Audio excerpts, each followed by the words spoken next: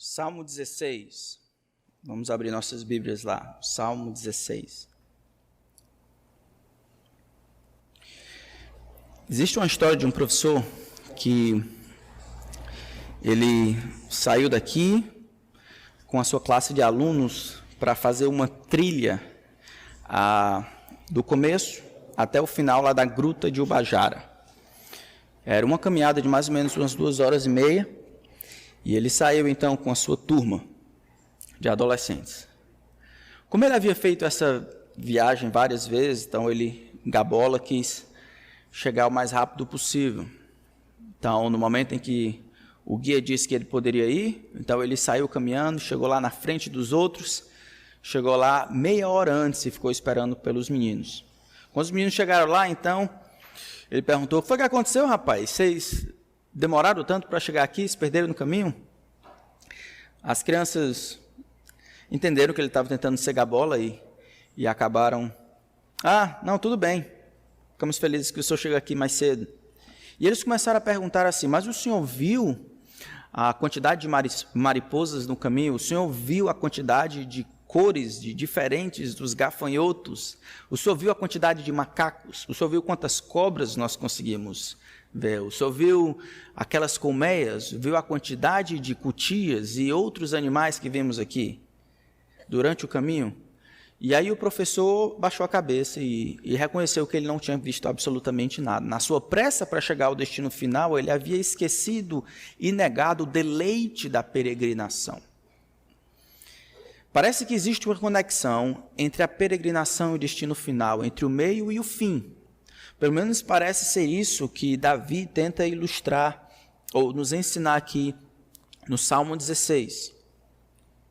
Ele parece dizer que, ele nos ensina que se o Senhor for a sua fonte, a minha fonte de segurança e satisfação durante a peregrinação, então e só então, ele será a sua fonte eterna de alegria no destino final. Se o Senhor, durante a peregrinação, for a sua fonte de satisfação e segurança, só então ele será a sua fonte de eterna alegria no destino final. De maneira que o final, ele é reprisado pela peregrinação. E aquilo que se aguardou e se esperou por tanto tempo durante a peregrinação, na verdade é alcançado no final, no destino final.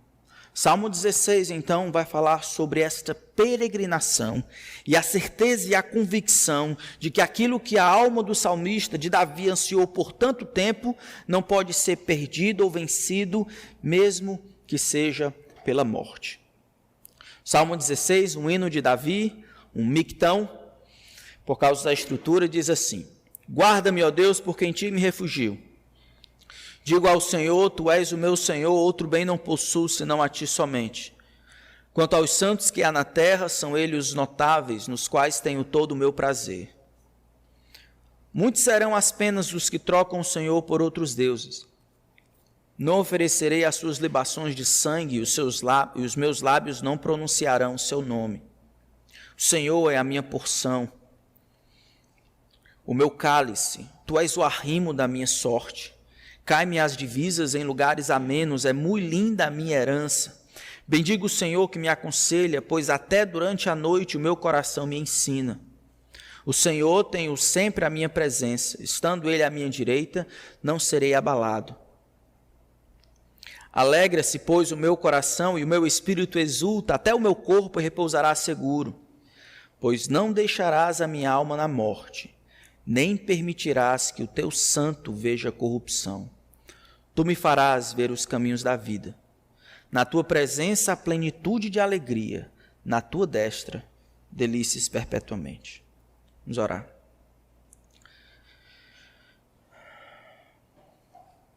Senhor, nesses dias, nós temos sido acometidos de muitas tentações e tribulações. Todas elas dizem respeito ao nosso coração. Aonde nós encontramos segurança e satisfação, pode, no final das contas, determinar o lugar onde vamos passar a nossa eternidade. Eu peço, Senhor, que a Tua palavra nos eduque. Eduque a é encontrar satisfação e segurança no Senhor e no Senhor somente. De maneira a almejar e esperar que o Senhor seja a fonte eterna de alegria naquele dia. Teu Espírito Santo seja o nosso professor, que Ele não nos permita fugir do que a Tua palavra tem a dizer. Que ao final desse tempo o Senhor receba a glória que merece. Abençoa, Senhor, a Tua palavra, que ela nos corrija, nos encoraje, nos transforme e nos ajude. A mim, aos meus irmãos aqui, aos meus irmãos em casa e outros que irão escutar. Que o Senhor seja tudo que o Senhor disse que seria. Em nome de Cristo. Amém. O Salmo 16, como nós vimos em outros salmos, como o Salmo 11, por exemplo, é um salmo de confiança. Ele não tem nenhum ranço de briga com seus inimigos, ele não tem nenhuma amargura velada, os inimigos não falam aqui, o Senhor também não fala aqui, ele não fala pela sua comunidade, é Davi orando, falando ao Senhor, implorando que o Senhor o guarde, que o Senhor o preserve, que o Senhor o proteja, que o Senhor o mantenha. Guarda-me, Senhor. É assim que abre o salmo. Até agora a gente não sabe guardar de quê, ou preservar de quê, ou proteger de quê. Isso vai ser mostrado mais na frente. Parece que Davi aqui está enfrentando um medo ou um problema que pode acabar com a sua própria morte. Ele pede, no entanto, para que Deus o guarde, para que Deus o proteja, para que Deus o preserve, para que Deus o mantenha. E a razão pela qual ele pede para que Deus faça isso é que ele se refugia no Senhor. Esse salmo aqui, esse salmo de confiança pessoal, muito parecido com o Salmo 11, ele começa com uma petição e depois, baseado nessa petição, ou por causa dessa petição, ele descreve as razões pelas quais ele pede essas coisas para Deus. Na verdade, do versículo 1 até o versículo 7 vai descrever quem é o Senhor para Davi. Quem é o Senhor que Davi pede para que seja o seu refúgio? Quem é o Senhor? Como Deus tem se mostrado para Davi? E aí nós vemos que Deus tem sido 4 coisas para Davi, e essas 4 coisas elas podem ser divididas em segurança e satisfação. Refúgio, então, esta segurança, guarda-me, Senhor, porque em Ti eu me refugio. Tu és o meu lugar mais secreto. Tu és o lugar, ou o único lugar em que posso de fato encontrar proteção. Eu me volto para Ti porque o Senhor é o único que pode me proteger. Todas as outras proteções, elas são fadadas ao fracasso. Uns confiam em carros, outros em cavaleiros. Nós confiamos no Senhor dos exércitos. Então guarda-me. Guarda-me porque eu não tenho ninguém mais que possa me guardar. Guarda-me, Senhor, porque Tu és o meu refúgio, Tu és o meu lugar de proteção, Tu és a minha cidade alta. Guarda-me, Senhor, porque se o Senhor não me guardar, o meu refúgio, que é o Senhor, então não tenho ninguém mais para me proteger. Guarda-me nesse sentido, preserva-me, porque eu tomo refúgio em Ti. Essa é a primeira coisa que Deus é para Davi. Para Davi, Deus é o seu refúgio. Eu digo ao Senhor, verso 2, Tu és o meu Senhor, o meu soberano, Tu és Adonai, és o meu mestre, és o meu dono, Tu és aquele que ordena a minha vida, que dirige os meus passos. Não somente isso, eu não tenho outro bem além de Ti, outro bem não possuo, senão a Ti. O Senhor não é somente o meu refúgio, mas é também o meu bem supremo, o meu bem maior. Meu bem, isto é o que me faz verdadeiramente feliz. Onde eu encontro a felicidade e a alegria, o meu lugar de satisfação não está do lado do Senhor, não está acima do Senhor, não está abaixo do Senhor, não está além de ti, não está aquém de ti. Onde eu encontro refúgio, onde eu encontro satisfação, está no Senhor. Vem de ti o meu amparo e a minha satisfação. Não está além de ti, é equivalente ao que vem de ti. Sem ti não existe nenhum bem. Tu, sozinho, sem exceção, és o meu bem supremo. Tudo se valida como bem por causa do Senhor. É o Senhor que valida as coisas que são boas. E as coisas que são boas só são boas à medida em que acrescentam coisas a respeito do Senhor. À medida que ampliam a minha visão de quem é o Senhor. À medida que revelam os atributos do Senhor. À medida que explicam a beleza do Senhor. O Senhor, então, é o meu maior tesouro. É o bem que a minha alma mais deseja. É aquilo que me nutre. Não está além de ti, não está à parte de ti. Todos os outros bens só são bens ou bondades ou coisas benéficas por causa do Senhor. É o Senhor quem me dá e faz com que essas coisas sejam boas. São boas porque estão relacionadas contigo. São boas porque eu reconheço que elas vêm das tuas mãos. Dessa forma, ele considera como expressão da bondade de Deus muitas coisas boas na vida. Os seus irmãos, por exemplo, no versículo 3. Quanto aos santos que há na terra, eles são os notáveis, nos quais tenho todo o meu prazer. Mesmo assim, essas coisas não competem com o bem supremo. Davi era um homem de muitos amores da vida, mas um só e maior amor da vida estava o Senhor. Ele é o meu bem maior, o meu bem supremo. Salmo 73, versículo 23, vocês vão lembrar: a quem tenho eu no céu, senão a ti? Não há outro em quem eu me compraza na terra. A quem tenho eu no céu, senão a ti? Não há outro em quem eu me compraza na terra. A mim, ainda que a minha carne desfaleça, Deus é a fortaleza do meu coração e a minha herança, a minha parte para sempre. Deus é então o meu maior tesouro. E dessa forma, os santos, aqueles que são os nobres da terra, aqueles que tratam o Senhor como o seu bem maior, aqueles que, como eu, eles abraçam o Senhor como a coisa mais importante, o sumo bem, aquilo que de fato satisfaz a alma. Eles são aonde está todo o meu prazer e o meu deleito. Muito interessante essa conexão que ele faz, principalmente nos nossos dias. Eu espero que vocês estejam ansiando o dia em que a gente vai poder se reunir com mais tranquilidade. Baseado nesse texto aqui, o coração que ama a Deus, o coração que tem em Deus o seu bem maior, vai naturalmente ter deleite no povo que sente a mesma coisa por Deus. É muito complicado quando as pessoas elas não amam o povo de Deus. Eu amo a Deus, mas odeio a igreja.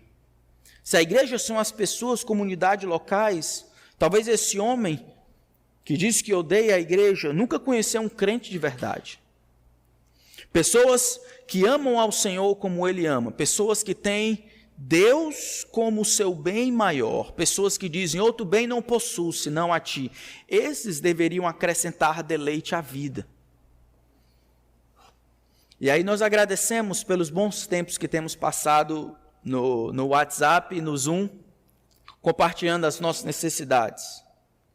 Deveríamos ter como um ponto alto da vida as conversas, a apreciação e o amor e a comunhão que temos de uns para com os outros. Desvalorizamos demais o povo de Deus. E se você não, de fato, tem deleite no povo de Deus, tem alguma coisa errada. Talvez você não tenha encontrado nenhum crente na vida. Os crentes, eles vão se deleitar, vão se agraciar, vão estar felizes na comunhão com outros crentes. Neles está o meu prazer. O problema, eu acho, é que existe uma desconexão entre o bem maior que eu tenho em Deus e esses outros irmãos aqui, esses santos aqui que há na terra. Tantas vezes eles não são nobres, não são notáveis, de maneira que o bem que eu imagino, que eu quero de Deus, o bem de colocar Deus em todo que é canto, o bem de validar as outras coisas pelo relacionamento com Deus, eu não vejo nos meus irmãos. A gente pode conversar sobre qualquer outra coisa e pode colocar qualquer outra coisa no meio da conversa, mas Deus não está lá, o bem supremo não espirra no meio das conversas. E dessa forma eu não tenho deleite. O deleite que eu tenho no povo é diretamente proporcional a quanto essas pessoas que amam a Deus me ajudam a amar Deus ainda mais. Os santos que há na terra, os santos, isso é, aqueles que amam a Deus como eu amo, aqueles que têm o Senhor como bem supremo, eles estão o meu deleite. Eu os amo porque eles amam a Deus, amam o que eu amo. Nós temos o mesmo objetivo, nós temos o mesmo foco. E assim estar com eles é uma alegria, comungar com eles é uma alegria. Comer com eles é uma alegria, bater papo com eles é uma alegria. Pensamos nas mesmas coisas, reconhecemos Deus em todas as coisas. Nós nos ajudamos, conversamos sobre coisas espirituais. Meu deleite estar neles. Versículo 4 é completamente diferente desses outros. Eles não são aqueles que trocam o Senhor por outros deuses. Versículo 3 e 4 tem uma contradição aqui. Se os santos, ou seja, aqueles que têm em Deus como bem supremo, eles são o prazer do salmista, os outros que trocam o Senhor por outros deuses, eles apenas acrescentam mais ruína para si mesmos. Muitas serão as penas, as penalidades, as dores. Multiplicam dores os que trocam o Senhor por outros deuses. O salmista, então, não tem prazer neles. O prazer deles está na medida em que os santos amam ao que ele ama, a Deus como seu bem supremo. Se o Senhor, então, for a minha fonte de satisfação e segurança durante a minha peregrinação, só então ele será a minha fonte de alegria eterna no meu destino final. Refúgio e bem supremo são as duas primeiras coisas. Verso 5, ele muda um pouco para ampliar o que ele falou sobre esse bem maior, o bem supremo. Verso 5 diz, o Senhor, Yahweh, está vendo? O Yahweh, ele é a minha porção, a porção da minha herança e o meu cálice, o arrimo da minha sorte. Fala do Senhor como soberano, distribuindo as heranças. E aqui lembra da história de Israel? Lembra que os levitas, eles não tiveram porção? Lembram disso?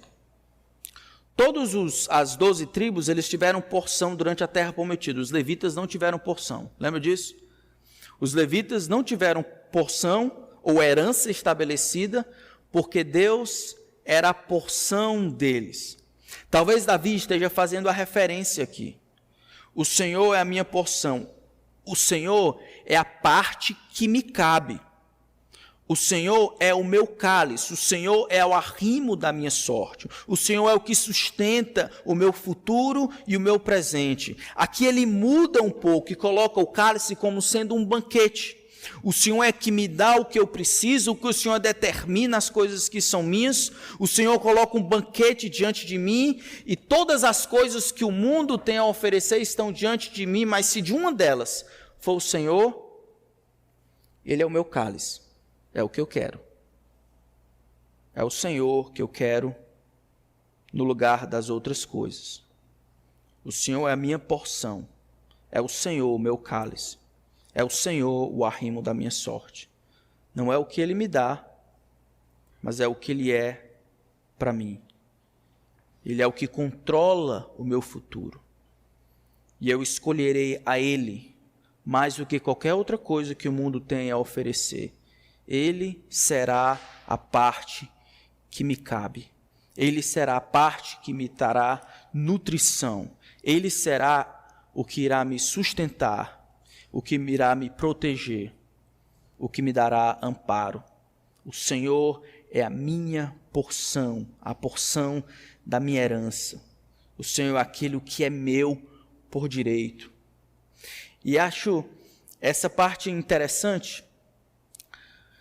Nós temos estudado com os nossos missionários, ou pelo menos os nossos missionários aqui, com a nossa equipe missionária, sobre como Deus faz a diferença entre pregar o evangelho pela necessidade que os outros têm e pregar o evangelho para a glória de Deus.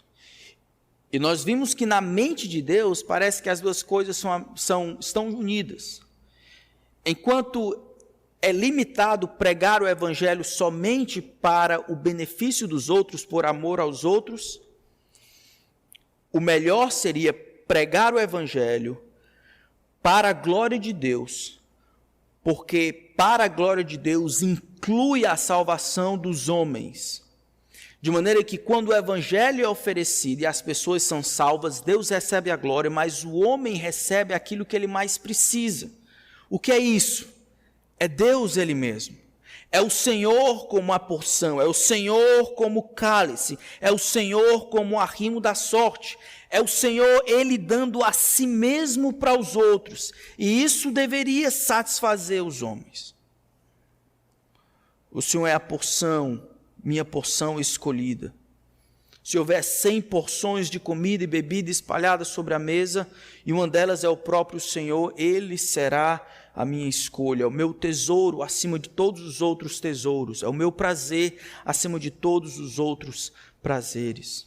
Verso 6 diz: cai-me as divisas em lugares amenos, é muito linda a minha herança. Esse versículo 6 é meio complicado. Essa palavra lugares amenos é a mesma palavra, é uma palavra só no hebraico, foi traduzida no versículo 11, por delícias. Delícias foi traduzida por lugares amenos no versículo 6. É uma palavra aqui. Eu acho que deveria ser traduzido como delícias em cima. Verso 6, cai-me as divisas, isso é, os limites. Aquele, de novo, está falando de herança. Herança, eu acho que aqui ele está usando, talvez, de maneira, no sentido figurado, cai-me as divisas ou os limites da minha herança, como se fosse na terra. Os limites da minha herança, eles são dados pelo Senhor soberanamente, eles caem em delícias, em prazeres. Agora, que prazeres são esses? Então, a gente vai para o versículo 11.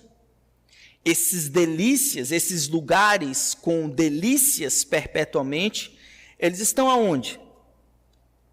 Tu me farás ver os caminhos da vida, na tua presença a plenitude de alegria, na tua destra, delícias perpetuamente.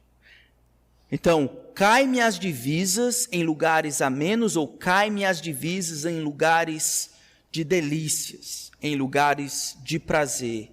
Esses prazeres são encontrados na presença do Senhor, na destra, à direita, no lugar de segurança do Senhor. O que o versículo 6 deseja explicar? Ele deseja mais uma vez explicar que o Senhor, sendo a porção, as coisas que o Senhor planeja me dar, elas vão estar aqui na margem. Deus vai circunscrever as coisas que pertencem a mim. Mas essas coisas, elas não podem substituir aquilo que Ele deseja me dar, onde deve estar a minha satisfação, que é o próprio Deus.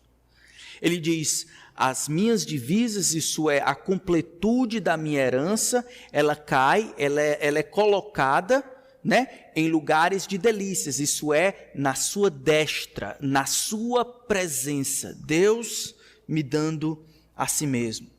As fronteiras, os limites que Deus designou para mim, são aquelas relacionadas ao meu relacionamento com Ele. Deus então promete me dar as coisas que o meu coração mais anseia. E as coisas que o meu coração mais anseia precisa ser Deus, não as outras coisas. Em tempos como esses, irmãos, a gente precisa pensar o que é mais importante, onde é que a gente coloca satisfação e alegria, né? Então, o governo diz que não pode se reunir, e a gente acaba tendo dificuldades de lidar com essa situação. Não pode sair, não pode comprar, não pode trabalhar. Sem falar sobre a validade de decretos como esse, o fato é que o decreto, a existência de um decreto, se constitucional ou inconstitucional, a existência de um decreto como esse, revela no nosso coração aonde nós encontramos satisfação e segurança.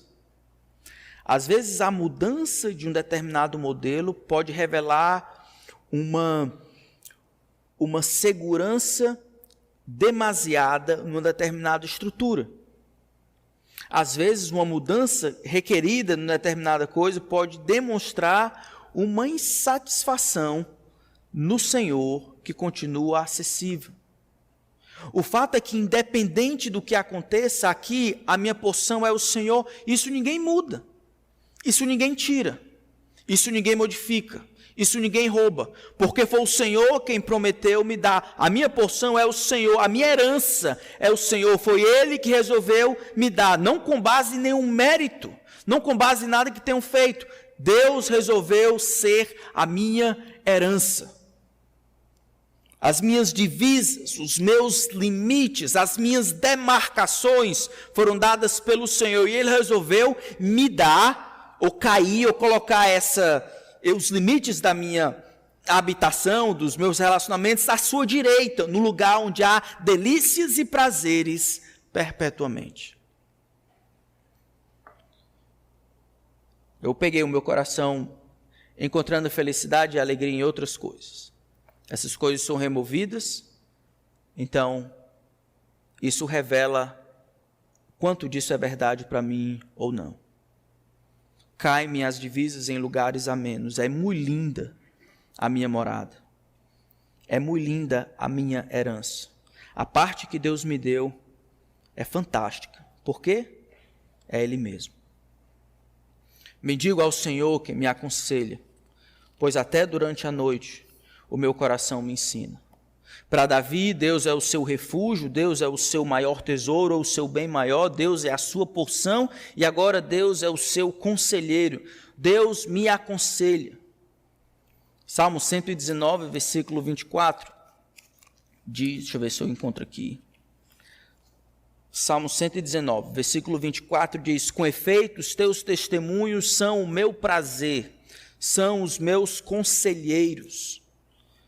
Os testemunhos do Senhor, ou o Senhor por meio de sua palavra, Ele aconselha, Ele dirige. Ele tanto dirige determinando é por ali que se vai, quanto dirige dizendo não se vá por aí. Eu fico sempre pensando que nós temos o Novo Testamento e o Antigo Testamento inteiro, e falamos tão pouco da validade do Novo Testamento e do Antigo Testamento. E Davi, que tinha talvez alguns poucos livros da Bíblia, considerava a Escritura de maneira tão grandiosa, tão prática.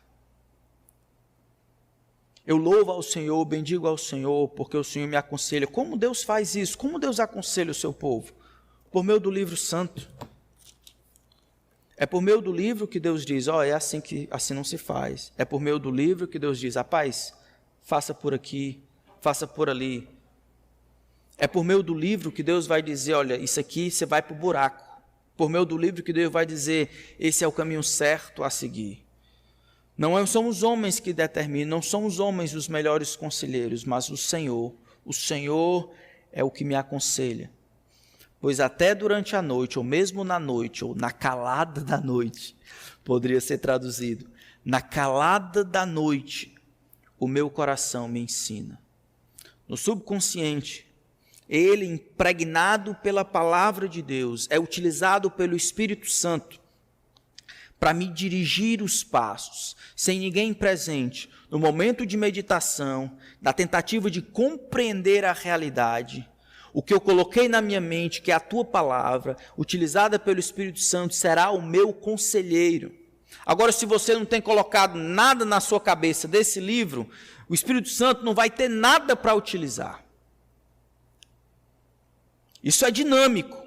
Eu coloco a palavra no meu coração, na minha mente, o Espírito Santo utiliza para focar, para me dirigir, para me liderar, para me aconselhar. A fraqueza no meu relacionamento com a palavra vai gerar fraqueza em ouvir a voz de Deus que me aconselha. E na noite, em vez do Espírito Santo te ensinar, você vai ter pesadelo.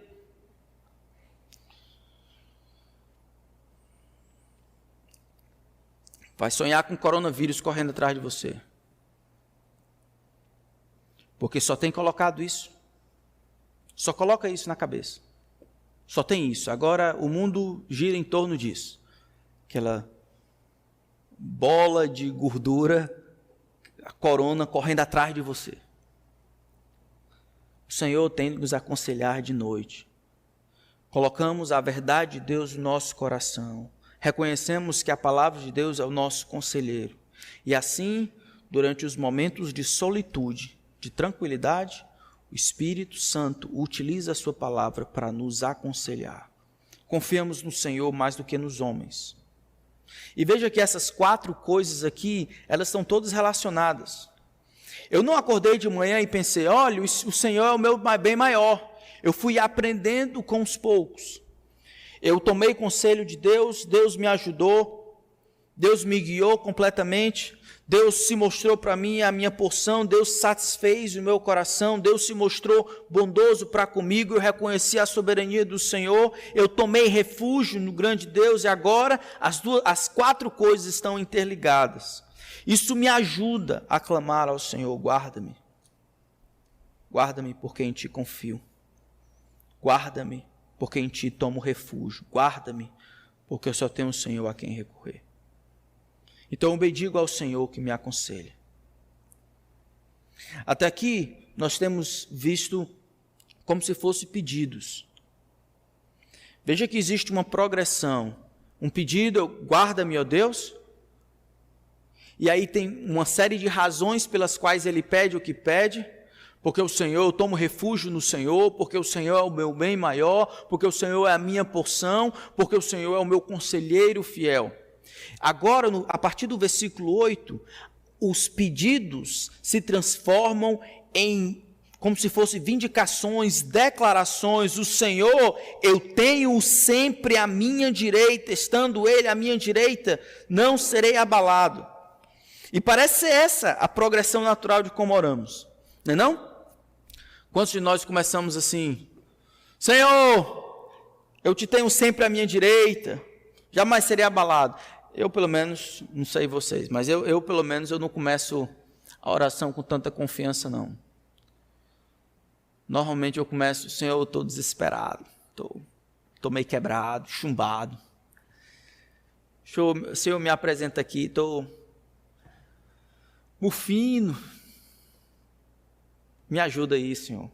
E aí, a partir daí, eu vou dizendo para Deus o que Deus é para mim. Eu vou explicando as coisas que o Senhor tem sido para mim. Meu refúgio, o meu bem maior, o meu conselheiro fiel, a minha porção é o soberano. O Senhor detém a minha vida, controla, sustém, me dá o que eu mais preciso, a Ele mesmo. E aí, depois disso, então, surge a confiança. O Senhor, eu tenho sempre à minha direita. Estando Ele à minha presença, estando Ele à minha direita, não serei abalado. Eu começo pedindo, Senhor, guarda-me. Ou seja, eu estou com medo de fracassar, eu preciso que o Senhor me preserve. Verso 8, eu tenho certeza que eu não serei abalado, estou firme. O Senhor vai responder, ou já respondeu, o meu pedido do versículo 1. E aqui, antes de terminar o salmo, antes de terminar a minha oração, o meu coração encontrou satisfação, refúgio, encontrou aquilo que buscava no início. o Senhor há de guardar o salmista. O Senhor tem sempre à minha direita, a minha presença. Isso significa o Senhor está sempre comigo, como um guarda velando pela cidade. Ele estando à minha direita, o lugar do socorro, eu não serei abalado. Dessa forma, por causa disso, pois o versículo 9 deveria aparecer primeiro. Por isso, sendo que o Senhor está na minha presença, sendo que o Senhor está à minha direita, eu não serei abalado, sendo que isso é verdade, porque eu tenho descansado nele, eu tenho dito, tu és o meu refúgio, tu és meu bem supremo. Sendo que eu tenho dito, tu és a minha porção, meu soberano, sendo que eu tenho me deleitado nos teus conselhos, então meu coração se alegra. Verso 9.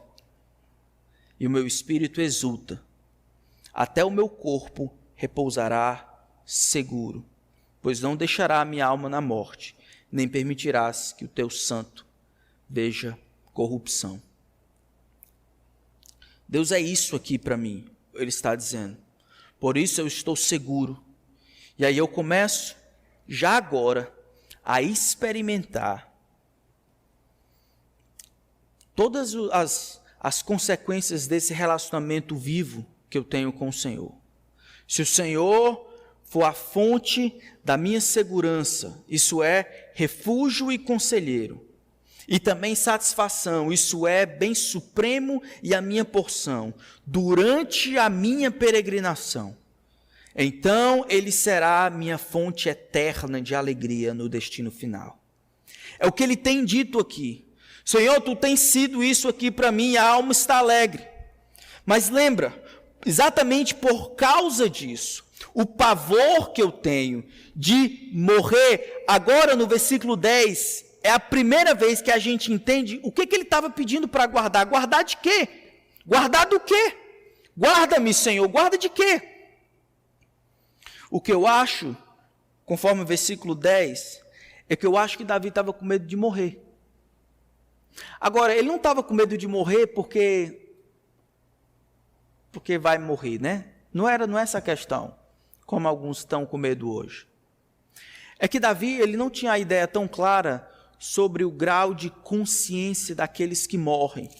Por exemplo, no capítulo 13, ou no Salmo 13, ele fala da morte como sendo um sono, verso 3, ilumina os meus olhos para que eu não durma o sono da morte. Aqui em outras partes, até que eu deixe de existir, porque no Sheol não há lembrança de ti. Todos esses termos parecem referir a uma falta de informação, porque a revelação é progressiva, que Davi tinha a respeito do que acontece com os mortos depois que eles morrem em relação a Deus. Então, algumas vezes a gente percebe que parece que Davi estava achando que na morte ou depois da morte, o nível de consciência, o nível de amor a Deus, de devoção a Deus, de serviço a Deus, de louvor a Deus, de memória de Deus, seriam diminuídos e o relacionamento que ele tinha com Deus seria parado. E ele tem medo disso. Ele tem medo de Deus, que Deus deixe de ser o seu refúgio. Ele tem medo de que Deus deixe de ser o seu bem maior. Esse deleite, essa segurança, essa satisfação que ele tem em Deus agora, nesse momento. Ele tem medo de que a morte venha e arrebate, que ele pare. Ele não quer morrer, ele está tão bem com Deus, ele está vivendo de maneira intensa com Deus. Deus é o seu refúgio, Deus é o arrimo da sua sorte. Ele está tendo essa experiência de viver ao lado de Deus, ele está com medo de morrer. Por isso ele diz, guarda-me, Senhor, preserva-me, Senhor, protege-me, Senhor, mantém-me vivo, porque eu estou experimentando isso e eu quero continuar experimentando. E aí então surge o versículo 10. O versículo 10 é uma profecia a respeito do Messias, mas é uma confiança de Davi, de que, porque ele tem andado com Deus, porque ele fez de Deus sua fonte de satisfação e segurança.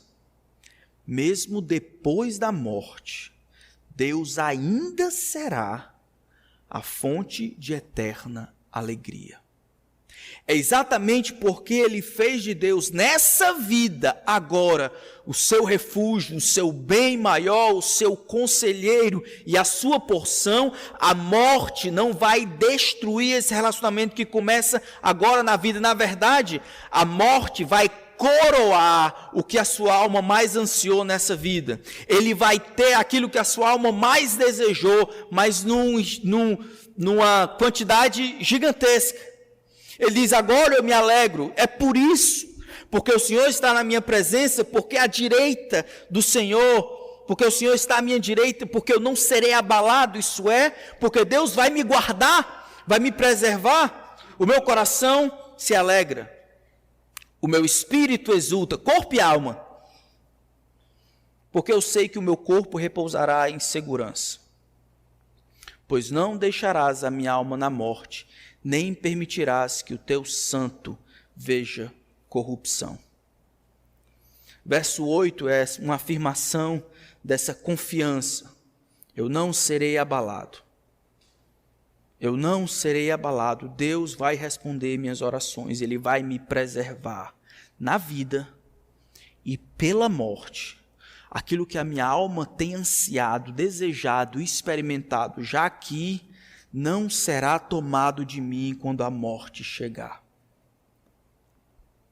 Porque Deus tem sido o meu refúgio e conselheiro, porque Deus tem sido o meu bem supremo e a minha porção, a morte não trará fim a esse relacionamento. O Senhor não deixará a minha alma na morte, o Senhor não me deixará ao léu, o Senhor não me deixará cativo no reino do abismo, o Sheol aqui. Deus não me relegará ao esquecimento. Ele não deixará a minha alma na morte, não permitirá que o seu santo, seu escolhido, ele experimente decomposição ou corrupção. Agora nós temos um problema aqui. Davi sabia que ia morrer? Davi sabia que ia morrer. Em 2 Samuel, vocês lembram?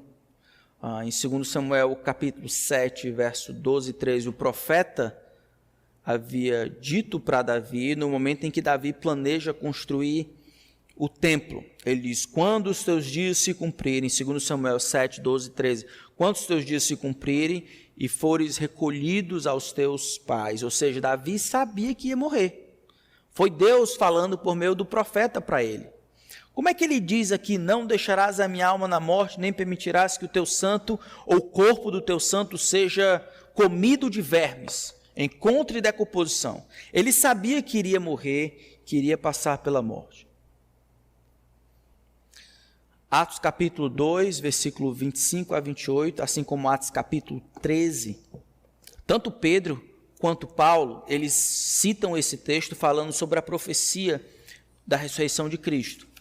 Eu vou ler para que os irmãos entendam. Atos capítulo 2, versículo 25 a 28, diz assim: varões israelitas, verso 22, atendei a estas palavras: Jesus o Nazareno, varão aprovado por Deus diante de vós com milagres, prodígios e sinais, os quais o próprio Deus realizou por intermédio dele, entre vós, como vós mesmos sabeis.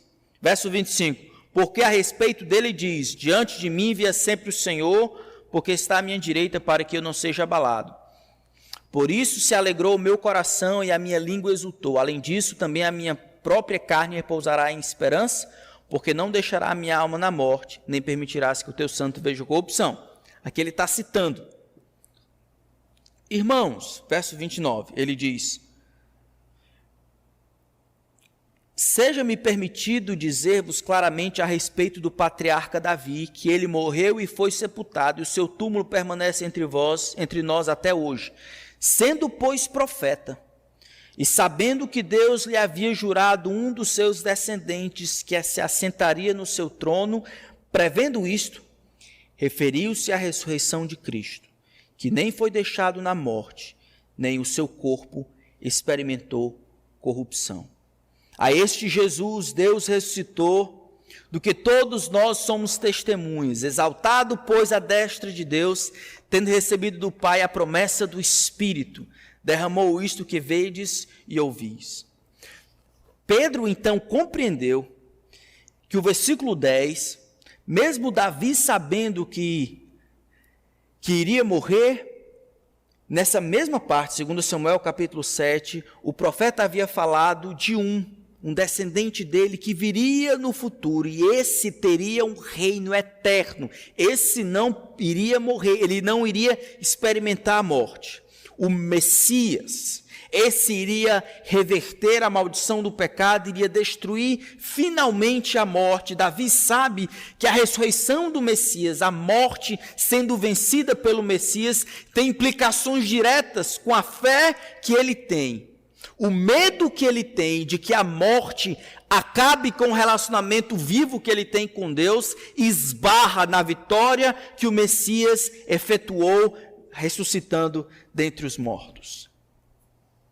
Davi não sabe tudo ainda, mas ele sabe, pelo menos, que um dos seus descendentes virá um dia, e ele iria ressuscitar dentre os mortos. Ele não veria ressurreição, ou não veria corrupção, não seria destruído. Ele iria vencer a morte de uma vez por todas. E isso afetaria a sua esperança de ter a felicidade e a alegria que ele teve nessa vida e ele espera ter na eternidade.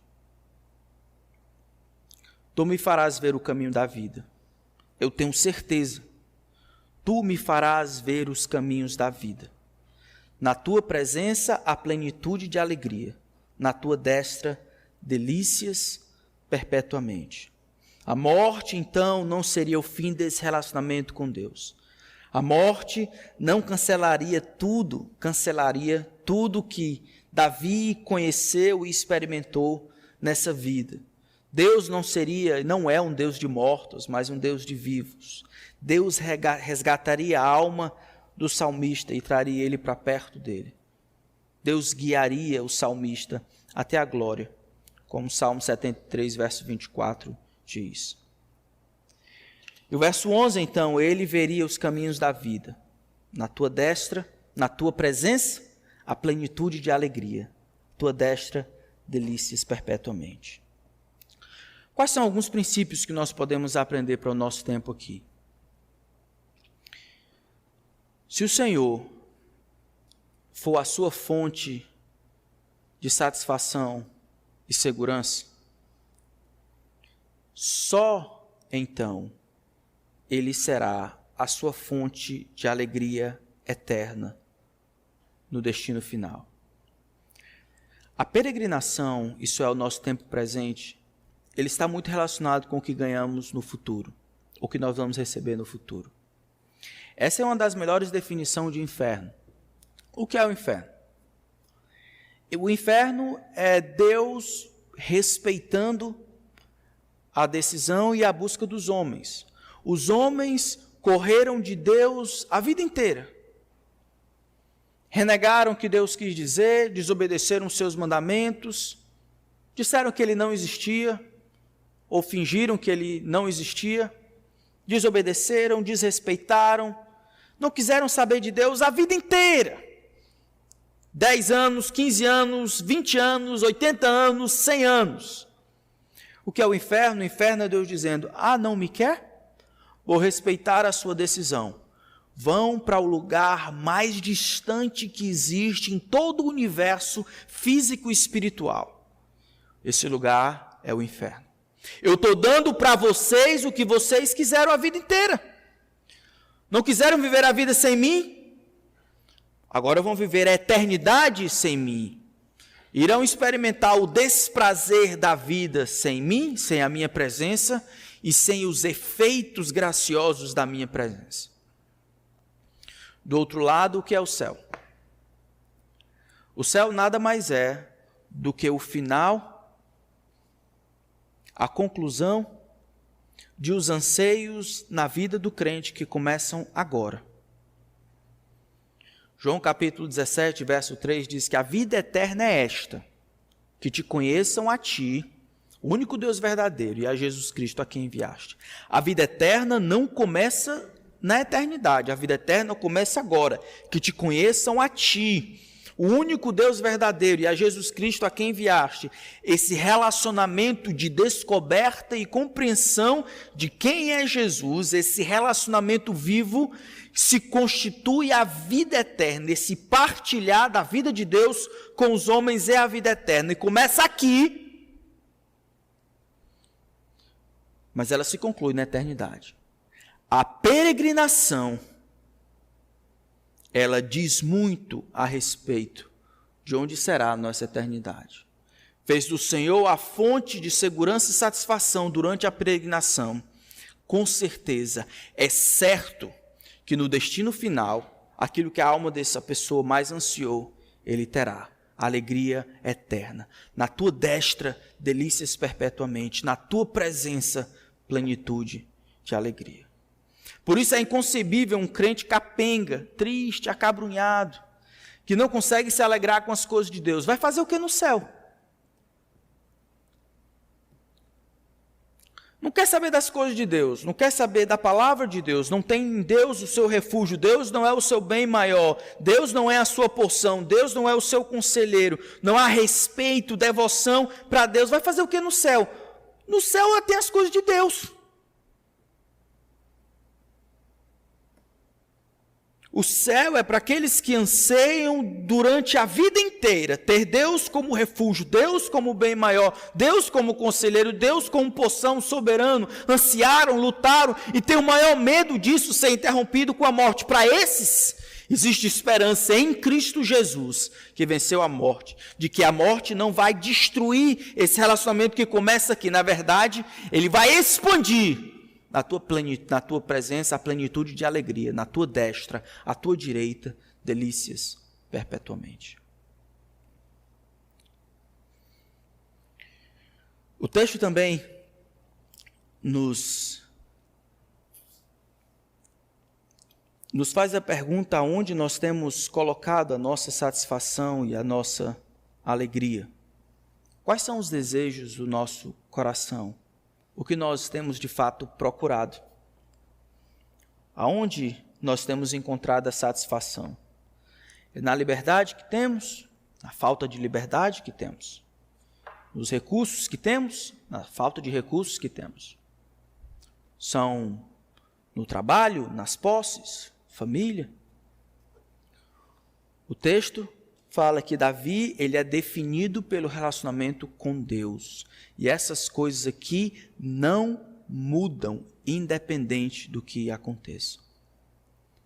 Romanos capítulo 8, e eu queria terminar com esse texto, faz mais uma aplicação a respeito dessa ressurreição de Cristo e a nossa esperança de estar com Ele.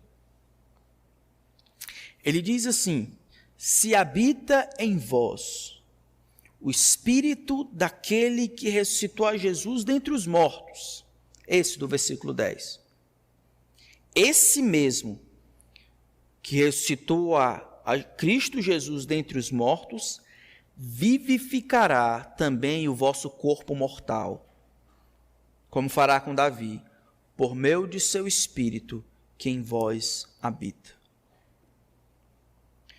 Então, se habita em você o Espírito, o mesmo Espírito que ressuscitou Jesus Cristo dentre os mortos, então esse Espírito que vivificou Jesus, ele vai vivificar você, ressuscitar você, sendo que ele habita em você. Qual é o tipo de vida que aqueles que têm o Espírito habitando deveriam viver? Como é que eu posso ter certeza de que eu estou vivendo liderado, guiado, com o Espírito habitando em mim?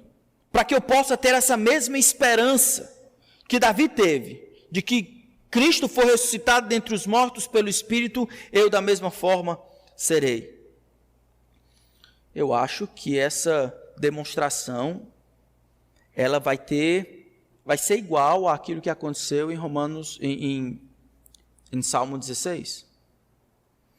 Nós manifestamos a habitação do Espírito em nós, quando tomamos Deus como nosso refúgio, quando Deus é o nosso bem supremo, quando Deus é a nossa porção e quando Deus é o nosso conselheiro. Essa é a vida de alguém que tem a esperança do Espírito e o Espírito, que habitando nele, e assim, com certeza de que ele será ressuscitado. Foi com Davi, foi com Cristo, eu espero que seja com você e comigo. Agora é o momento para nós nos alegrarmos em Deus. Se o Senhor for a nossa fonte de segurança, nosso refúgio e conselheiro, e satisfação, bem supremo e porção durante a nossa peregrinação, então, e só então, ele será a nossa fonte eterna de alegria no nosso destino final. Vamos orar.